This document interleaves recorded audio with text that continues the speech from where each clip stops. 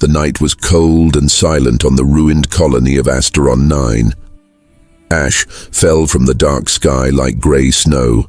Broken ships lay scattered across the streets, and the smell of burnt metal still floated in the air. Mark, a tired human engineer, walked slowly through the wreckage. He had come to collect machine parts, but mostly, he was looking for something that still felt alive in this dead place. The war between humans and aliens had ended months ago, but the colony still looked like a battlefield. Families gone, homes destroyed. The sound of distant engines reminded him that soldiers still patrolled the borders, hunting for what they called illegal alien remnants. Mark turned into a narrow alley. His boots crunched over glass and dust. Then he heard it, a small sound like someone whispering, "Please, don't go." He stopped, heart suddenly racing. The voice was faint, young, frightened. He moved the flashlight toward the sound. Behind a broken metal crate, he saw movement. A small figure crouched there, trembling. When he stepped closer, the beam of light caught her face, and he froze. She wasn't human. The girl looked about 8 or 9, her skin pale with a faint blue glow beneath it. Her large silver eyes shimmered with tears. Her thin arms clutched a dirty blanket around her. She looked weak, hungry, and terrified. Mark slowly knelt down. "Hey, it's okay. I'm not here to hurt you," he said softly. The girl shook her head, stepping back until she hit the wall. "They'll come," she whispered. "Please, human, pretend to be my daddy for just one day." Mark blinked, not sure he had heard her right. "What did you say?" Her voice broke as she tried again. "Pretend to be my daddy. Just for one day. They don't take children who belong to humans." For a moment, Mark just stared at her. He could hear the sound of engines nearby, patrol ships. He knew what she meant. The soldiers would kill any alien child they found. Without thinking, he grabbed his old coat and threw it over her small frame. "Come on," he whispered. "Don't say a word." The girl's glowing hands clutched his sleeve tightly. Her skin was cold like smooth glass. They stepped out of the alley just as 2 armored soldiers turned the corner. "Hey, you there," one called out.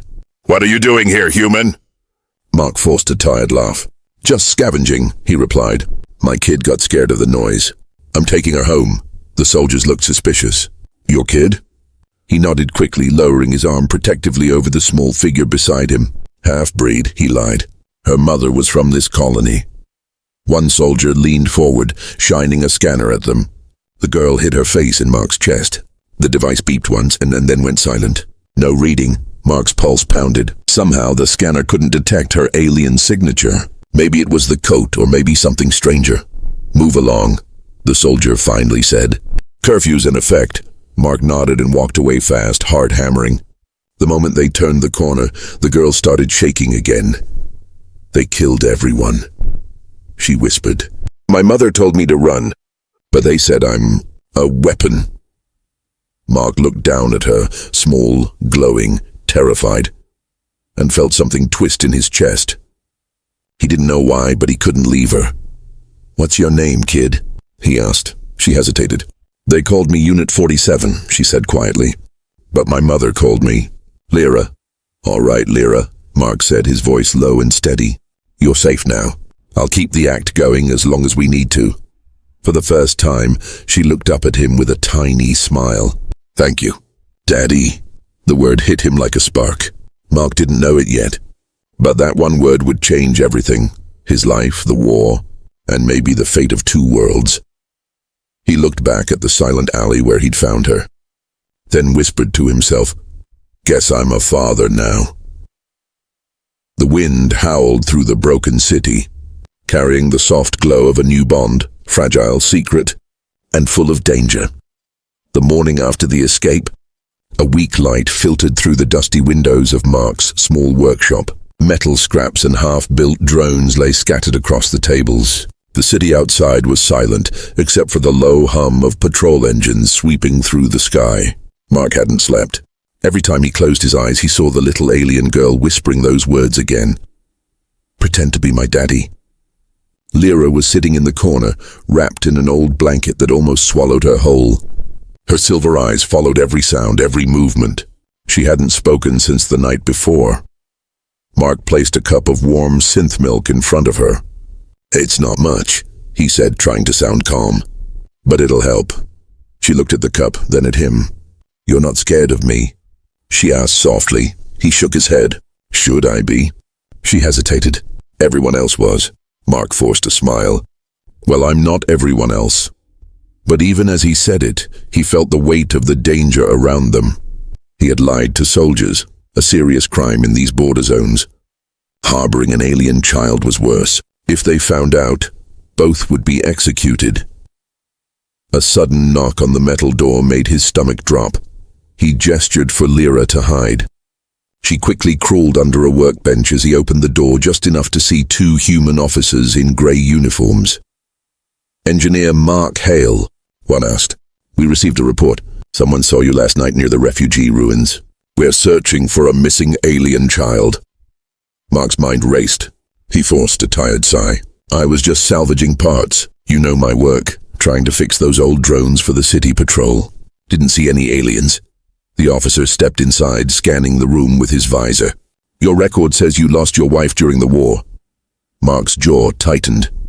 "Yeah, that's right." The officer nodded slowly. "Then who's the small figure your neighbor mentioned seeing through your window?" Mark froze. A soft clatter came from under the bench. Lyra's small hand had knocked over a wrench. The officer turned. "What was that?" Mark's heart pounded. He walked over quickly and pulled up the blanket covering a small bundle. Lyra's face peeked out, pale and trembling. "This is my daughter," Mark said firmly. "Half human. Her mother was from the colonies. She's sick, light sensitivity. That's why she glows a bit." The officer frowned. "Half human." He scanned the girl. The visor beeped, but again no alien trace. Just static. Mark held his breath. The scanner glitched, unable to read her energy signature. The officer sighed. "Strange. The database must still be corrupted after the war. Keep her indoors, and report if you see anything unusual." They left. The door shut. Mark leaned against it, shaking. Lyra crawled out from under the table, eyes wide. "You saved me again," she whispered. He looked at her, small, innocent, terrified, and realized something strange. He hadn't saved her out of pity. He had done it because it felt right. He crouched down beside her. "Lyra, why did those soldiers want you?" She looked down. "Because of what's inside me." She touched her chest lightly. "They say I carry the code of light, something my mother gave me before she died. They said it could wake the ancient machines." Mark frowned. "Machines?" She nodded. "The ones sleeping under the planet. They can heal or destroy." Mark stared at her, realizing how dangerous this little girl truly was. Not by choice, but by birth. "All right," he said quietly. "Then we'll make sure no one ever finds out. From now on, you're my daughter. Not pretend. Real enough for anyone who asks." Her lips trembled and tears filled her silver eyes. "But won't that put you in danger?" He smiled faintly. "I've lived in danger long enough. Guess I could use some company." Lyra's small hand slipped into his, glowing faintly in the dim light. For the first time since the war, Mark felt warmth in his cold, broken world. Outside, the sky rumbled with distant thunder. But inside that workshop, a fragile promise was born. A human's lie that might just save two worlds. The next morning, the sound of rain echoed softly against the cracked windows of Mark's workshop.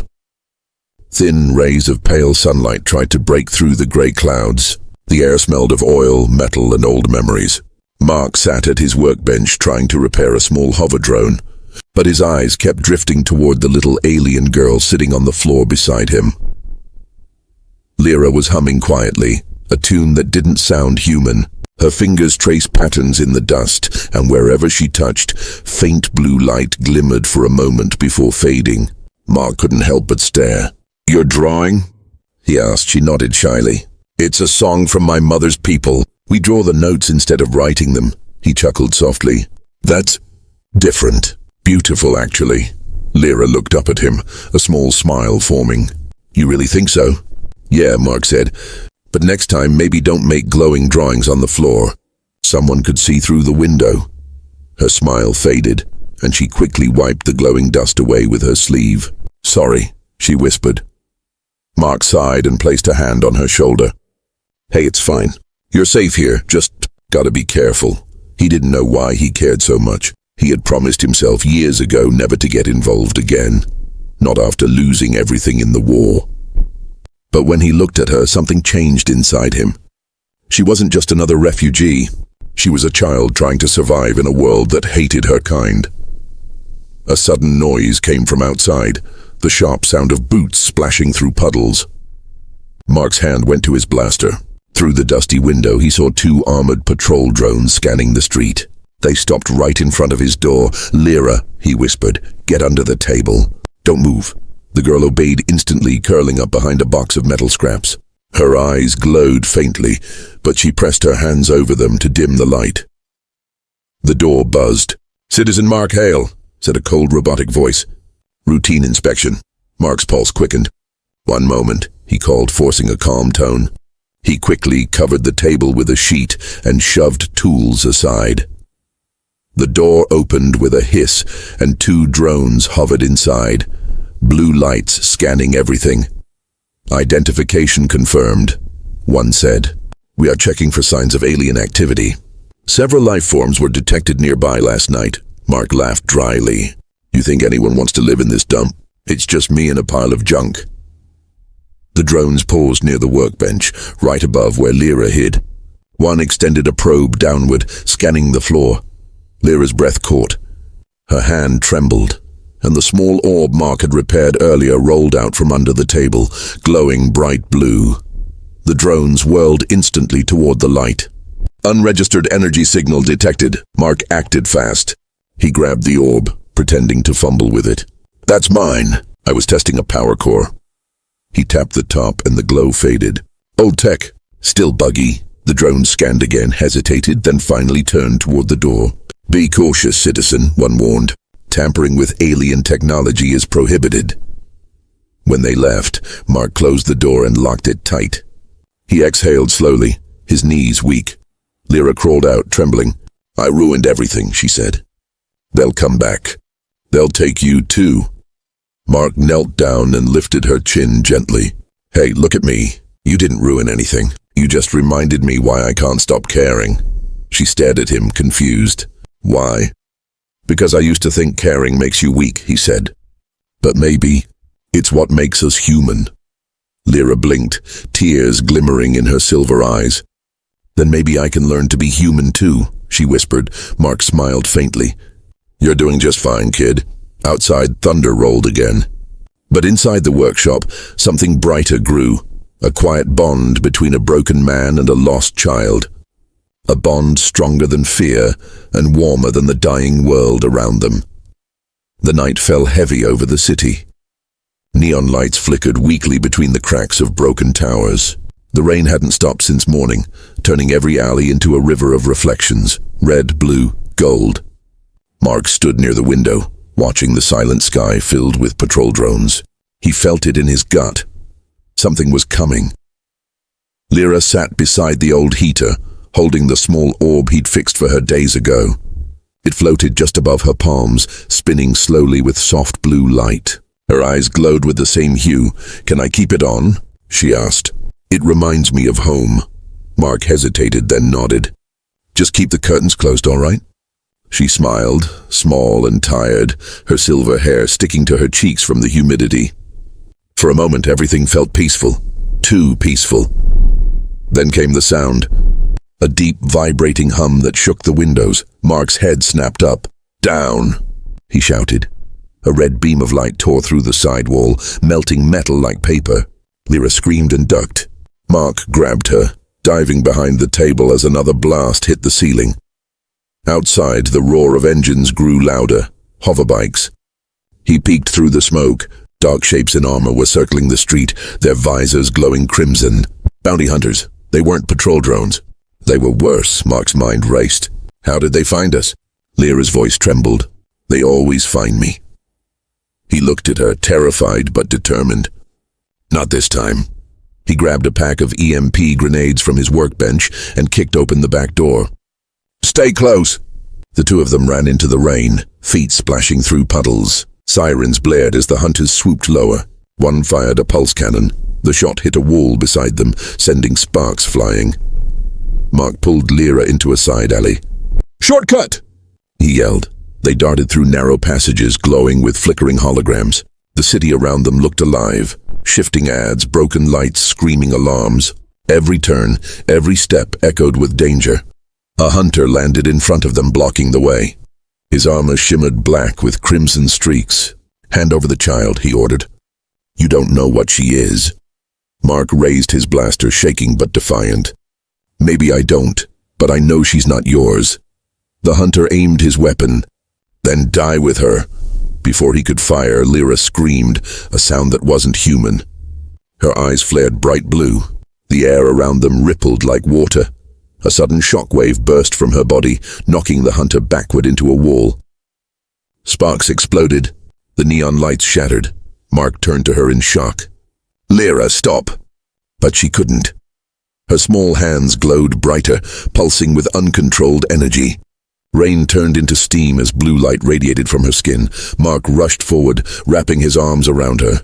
"It's okay. You're safe. Breathe." Her power flickered, then faded. She collapsed into his arms, sobbing. "I didn't mean to. I didn't want to hurt anyone." Mark held her close, his voice firm but gentle. "You didn't hurt me. You saved us. That's what matters." The storm of energy died down, leaving silence. The other bounty hunters, blinded by the blast, retreated into the smoke. Mark carried Lyra into an abandoned metro tunnel, away from the chaos. They found a dark corner under the old tracks. Mark wrapped her in his coat. "We'll rest here for now," he said quietly. Lyra sniffled, her voice barely a whisper. "Daddy, do you hate me now?" He looked at her, his face tired but soft. "Hate you? No, kid.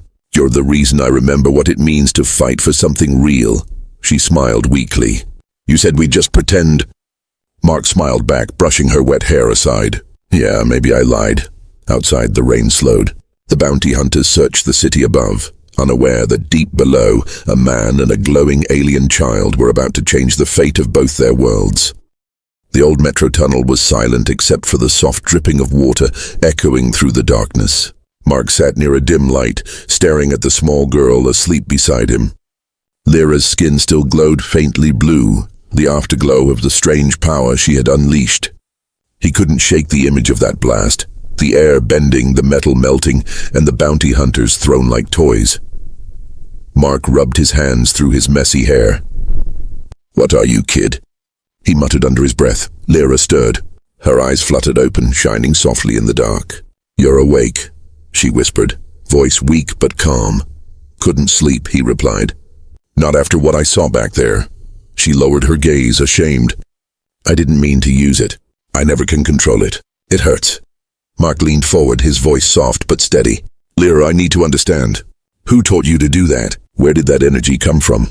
For a moment she didn't answer. Then she reached into her pocket and pulled out a small broken pendant, silver and crystal, shaped like a teardrop. "My mother gave me this," she said. "She said it would protect me. It belonged to our people, the Epsilons." Mark frowned. "Epsilons, the old empire that disappeared centuries ago?" She nodded. "We were called the children of the core. Our blood carries light, real light. It connects us to the heart of Epsilon, the great machine that sleeps under this planet." Mark's heart skipped. "Wait, the heart of Epsilon? That's a myth. It's supposed to be a world engine, something that could change reality itself." "It's real," she whispered. "My mother was one of the last guardians. She said the heart could heal broken worlds, but the Empire wanted to use it for war. When she refused to give them the key, they killed her." Mark felt his chest tighten. "And that key is you," Lyra nodded slowly. "They say my blood is the code that can wake the heart. That's why they call me a weapon. That's why they'll never stop hunting me." Mark leaned back, staring at the dark ceiling of the tunnel. Everything made sense now. The soldiers, the bounty hunters, the scanners failing to detect her. She wasn't just another alien child. She was the one thing powerful enough to save or destroy a planet. But when he looked at her, this small, fragile girl clutching a broken pendant, he didn't see a weapon. He saw a child who just wanted someone to hold her hand. She looked up at him suddenly, tears forming in her glowing eyes. "You should leave me, Mark. You'll die because of me." "Everyone does." Mark shook his head. "You listen to me, kid. I've lost plenty already. I'm not losing you too." She stared at him confused. "But Why? You don't even know me, he smiled faintly. Because maybe you're the first person who made me feel alive again. Lyra's lips trembled. She reached out, small hand touching his. Her skin felt warm now, not cold like before. Then the pendant in her hand flickered. A faint hum filled the air. The walls around them began to glow with faint ancient markings, symbols Mark had never seen before. What's happening? He whispered. Lyra stared at the pendant, frightened. It's calling the heart. It knows I'm still alive. Mark jumped up. We need to move now. The tunnel shook as distant thunder rolled through the earth, but this wasn't weather. It was something deep underground, something waking. As they ran through the tunnels, blue light followed them along the walls like veins of fire. Mark's mind spun with fear and wonder. The secret within Lyra's blood wasn't just power. It was life itself, calling to something ancient and alive beneath the planet, and for the first time, Mark realized they weren't just running from the Empire anymore. They were running from the awakening of a god. The ground shook like thunder. Deep below the ruined city, the ancient tunnels of Asteron 9 trembled as if something enormous had awakened beneath them. Faint blue light pulsed through the walls, veins of energy running toward the planet's core. Mark and Lyra ran through the darkness, the hum of the heart of Epsilon echoing behind them. The pendant in Lyra's hand glowed brighter with each step. Mark, she cried, struggling to keep up. I can hear it. It's calling me.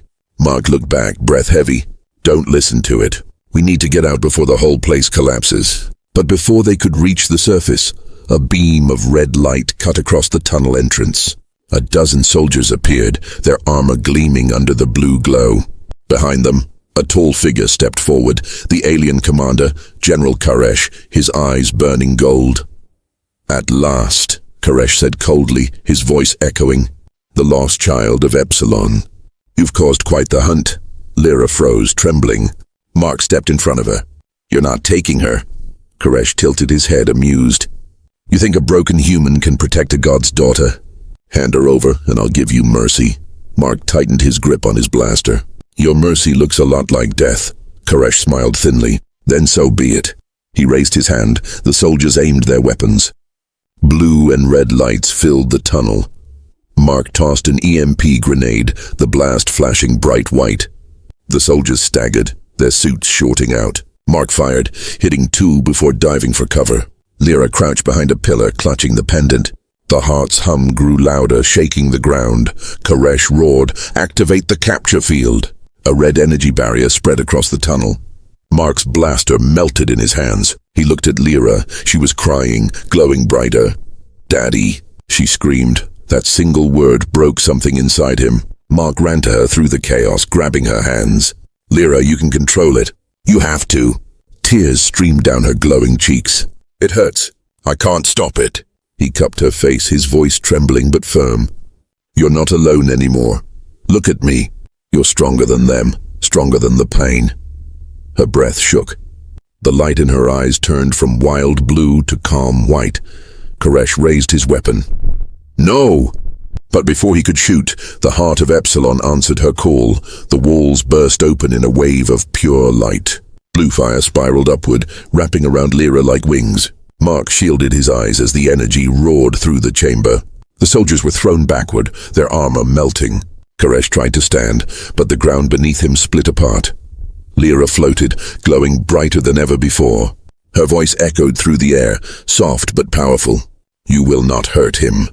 Koresh screamed as the light engulfed him, dissolving his armor, his weapon, his hatred, until nothing remained.